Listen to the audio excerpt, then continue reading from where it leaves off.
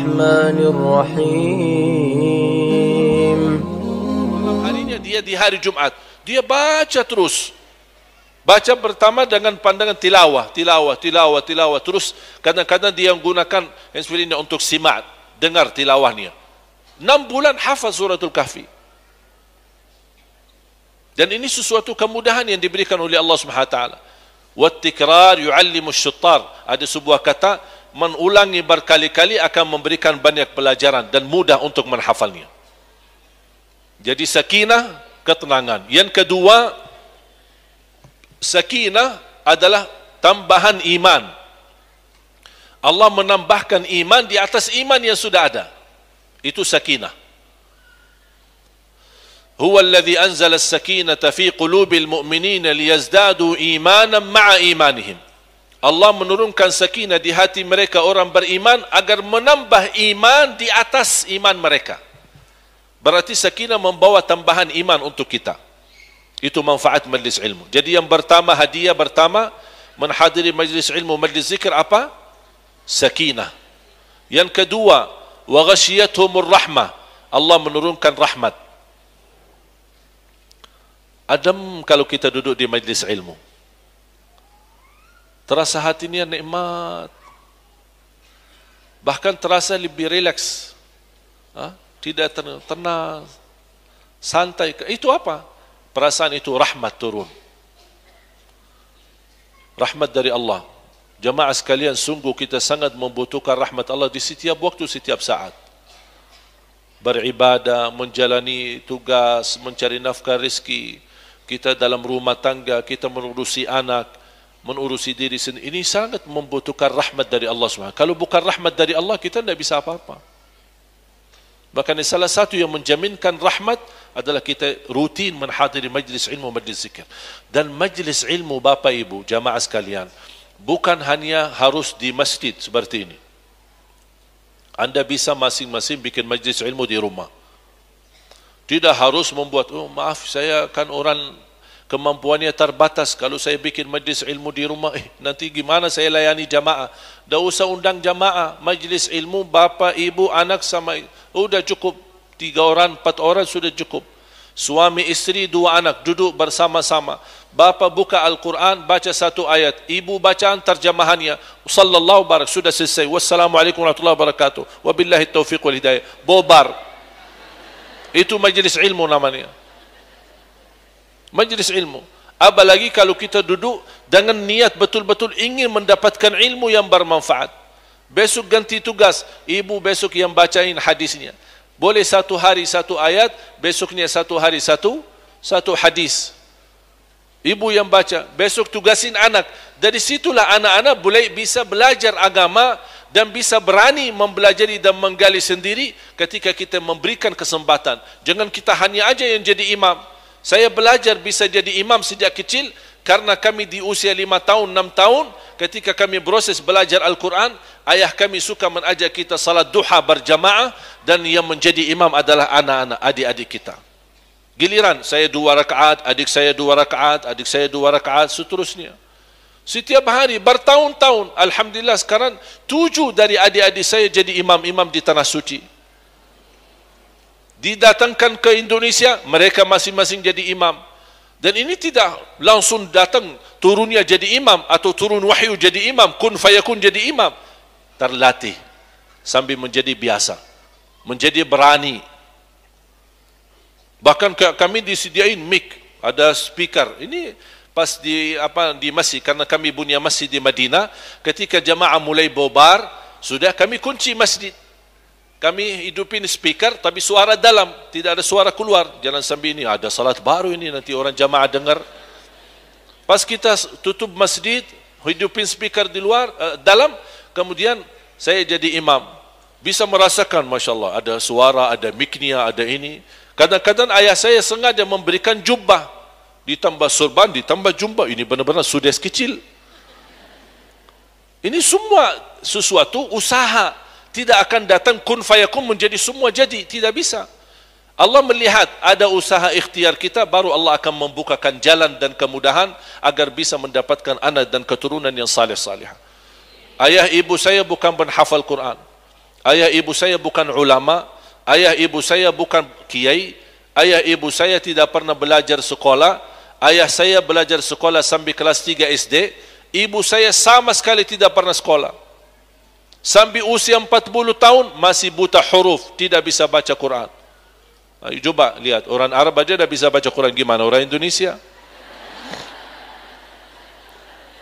Tapi coba bayangkan, dari ayah ibu, alhamdulillah melahirkan 12 anak, 9 laki 3 perempuan. 10 di antara mereka alhamdulillah karunia dari Allah penghafal Al-Quran 30 juz. Itu dari mana? Sekarang ayah saya bisa hafiz Quran, ibu saya alhamdulillah sekarang bisa hafiz Quran, yang menjadi gurunya anaknya sendiri. Sekarang kemarin ibu saya mendapatkan juara karena dia ikut sekalian belajar di salah satu sekolah ibu-ibu yang buta huruf. Disediakan satu sekolah khusus oleh pemerintah. Ibu saya pertama ikut belajar di rumah sama kita, di pagi hari belajar, karena kita pagi hari kan sekolah, dia pagi hari ke situ, ke sekolah mulai belajar apa, baca. Tak bisa sama sekali, bahasa tak bisa. Guru ni bilang ni mana tak bisa ibu saya. Tapi subhanallah, sekarang ibu saya ditugaskan menjadi guru di sekolah itu. Dulu belajar dari nol, dia sekarang menjadi guru. Dan juga sebentar menjadi penhafaz. Kemarin dapat sertifikat tamat hafal 15 juz. Sudah usia sekarang hampir mau 50 tahun. Tak ada sesuatu yang mustahil. Semua bisa dan berhasil kalau ada keinginan dan kemauan. Ini salah satu keberkah usaha. Bapak Ibu, kewajiban kita usaha ikhtiar. Berhasil, tidak berhasil, jangan difikirkan.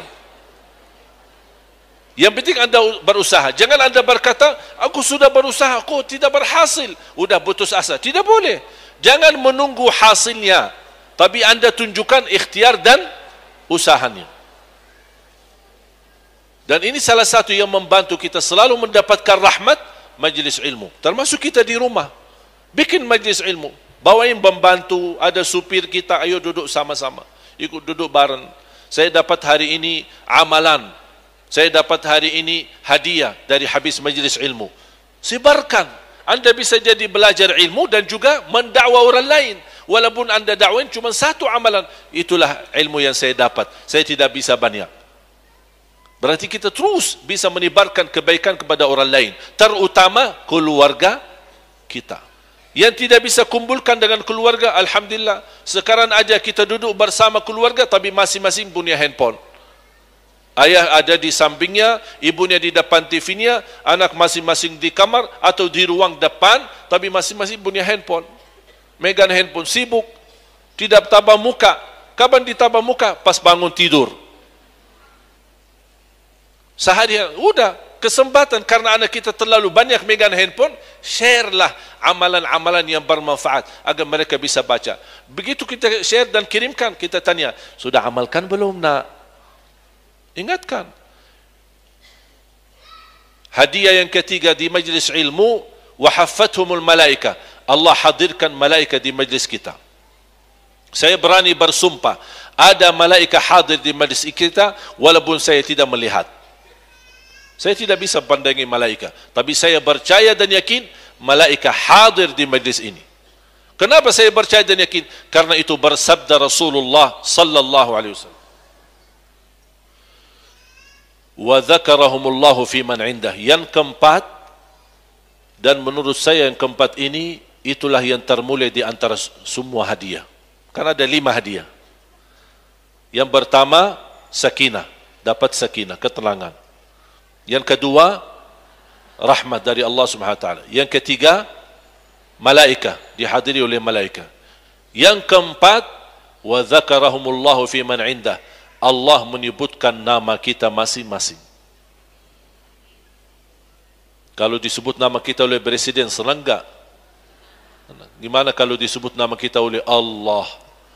Kenapa Allah berkenan sebut nama kita? Karena kita hadir di majlis ilmu dan majlis zikir. Karena malaikat yang turun hadir majlis ini tidak semua malaikat. Masih ada di alam langit makhluk-makhluk yang lain yang kita tidak tahu. Ada malaika, ada para nabi, ada para syuhada, ada ulama, ada aulia. Kita tidak tahu bagaimana bentuk hidup mereka, bagaimana kehidupan mereka, kita tidak tahu. Tapi yang kita yakini ada. Kalau kita hitungkan malaikat saja, miliaran malaikat ada di alam langit. Sampai ketika Rasulullah SAW waktu Isra Mi'raj, kata Rasulullah, ketika saya jalan di atas langit pertama sampai ke-7, saya tidak berani melangkah, harus pelan-pelan dan berhati-hati. Karena setiap langkah satu kaki, ada malaikat kanan kiri saya yang sujud, ada malaikat yang ruku', ada yang malaikat yang istighfar, ada malaikat yang tasbih. Cuba bayangkan, setiap satu langkah kaki ada malaikat, kata Rasulullah SAW. Belum lagi yang di Baitul Ma'mur. Kata Rasulullah SAW, sekali tawaf ada 70,000 malaikat yang tawaf. Dan malaikat yang lain menunggu gilirannya. Ketika selesai mereka 70,000 tawaf, malaikat yang baru datang 70,000. Kata malaikat Jibril kepada Nabi Muhammad, yang sudah kesempatan tawaf satu kali, untuk menunggu gilirannya, sampai hari kiamat tidak sempat. Saking banyak malaikat yang tawaf. Satu kali tawaf 70,000 malaikat. Berarti miliaran, bahkan bisa triliun, kita tidak tahu berapa jumlah malaikatnya. Makanya ada di alam langit makhluk-makhluk Allah yang tidak diizinkan oleh Allah mereka turun. Memang ada malaikat yang ditugaskan turun ke bumi. Seperti ada malaikat yang menghadiri majlis. Sebagaimana malaikat ketika mendengar ada majlis zikir, majlis ilmu, menajak yang lain. Halummu ila hajatikum, halummu ila bughyatikum. Ini malaikat saling menajak. Nanti saya akhiri dengan satu hadis yang indah, yang cukup panjang, tapi saya akan singkatkan betapa malaikat haus untuk menghadiri dan mencari majlis ilmu dan majlis zikir. Padahal malaikat sudah suci, malaikat sudah mulia di sisi Allah, tapi begitu rasa hausnya mereka untuk menghadiri majlis ilmu dan majlis zikir. Makanya malaikat yang tidak hadir, makhluk yang tidak berkesempatan duduk di majlis kita, Allah subhanahu wa ta'ala menyebut nama kita. Ada jamaah, bapa fulan, ibu fulana, menghadiri majlis ilmu dan majlis zikir. Mereka ingin mengingat kepadaku, ingin belajar tentangku, ingin mendekatkan diri mereka kepadaku. Allah sebutkan nama-nama kita. Betapa mulianya kita jamaah sekalian. Sebab kita masih banyak dosa, masih banyak kotor, masih banyak jauh dari Allah Subhanahu wa taala, tapi karena berkat majlis ilmu dan majlis zikir, Allah masih berkenan menyebutkan nama kita. Bahkan Rasulullah SAW bersabda di hadis yang sahih, duduk 1 jam la an ajlisa sa'atan fi majlis ilmin khairul liya min an a'takifa fi masjidi hadha syahra. Lebih baik duduk sesaat. Disebutkan dalam hadis sa'atun. Sa'atun bisa dikatakan 1 jam atau sesaat. Saya duduk di majlis sesaat atau 1 jam untuk mendapat ilmu bermanfaat, kata Rasulullah SAW, itu lebih baik daripada i'tikaf di masjidku 1 bulan. Cuba bayangkan. Ini bersabda Rasulullah SAW. Saking begitu mulianya, ini Rasul sendiri menyebutkan, aku memilih lebih baik aku duduk di majlis ilmu, majlis zikir sesaat atau 1 jam, jauh lebih mulia daripada i'tikaf di masjidku, kata Rasulullah SAW, selama 1 bulan. Berarti majlis ilmu lebih mulia daripada i'tikaf sendiri. Bukan i'tikaf di Masjid Trans, tapi i'tikaf di Masjid Nabawi. Juga Rasul sampai sebutkan, masjidku itu lebih baik di majlis ilmu daripada i'tikaf di masjidku. Sallallahu alaihi wasallam. Betapa mulianya kita belajar. Apalagi kita beribadah, semakin ada dasarnya dan ilmunya, semakin mulia ibadah kita. Beda sama orang yang beribadah tapi tidak ada dasar dan tidak ada petunjuknya dan tidak ada dasarnya untuk kita mendekatkan diri kepada Allah Subhanahu wa taala. Wa dzakarahumullahu fi man 'inda. Allah menyebutkan nama kita masing-masing kepada malaikat yang tidak berkesempatan turun ke bumi. Berarti semakin lama akan dikenal oleh malaikat. Semakin rutin hadir majlis ilmu dikenal oleh malaikat. Oh, ibu fulana, Masya Allah, rutin majlis ilmu, rutin majlis zikir. Yang terakhir, diriwayatkan Imam Ahmad dalam musnadnya, selepas majlis ilmu ini menjadi hadiah yang kelima, yang saya akan sebutkan dalam hadis yang panjang. Inna lillahi malaikatun sayyaratun aw sayyaha yabhathuna an hilaqil ilmi wa hilaqil dzikr. Allah memiliki malaika yang keliling, jalan-jalan. Ada malaikat tugasnya jalan-jalan. Tapi bukan jalan-jalan ke Trans Studio atau ke mall. Terus jalan-jalan ke mana? Jalan-jalan ke majlis ilmu, majlis zikir. Inna lillahi malaikatun sayyaratun aw sayyaha. Disebutkan mereka adalah suka berjalan-jalan untuk mencari ilmu, majlis ilmu dan majlis zikir. Kalau mereka menemukan satu majlis, mereka mengajak yang lain. Halummu ila hajatikum. Inilah kebutuhan kalian. Inilah yang kalian cari. Inilah kalian yang inginkan. Ayo sini. Sampai Rasulullah SAW bersabda, "Idza marratum bi riyadil jannati farta'u." Qalu wa ma riyadul jannati ya Rasulullah? Kalau kalian melihat taman-taman surga, mampirlah. Sahabat kaget. Apa itu taman surga ya Rasulullah? Taman surga adalah majlis ilmu dan majlis zikir.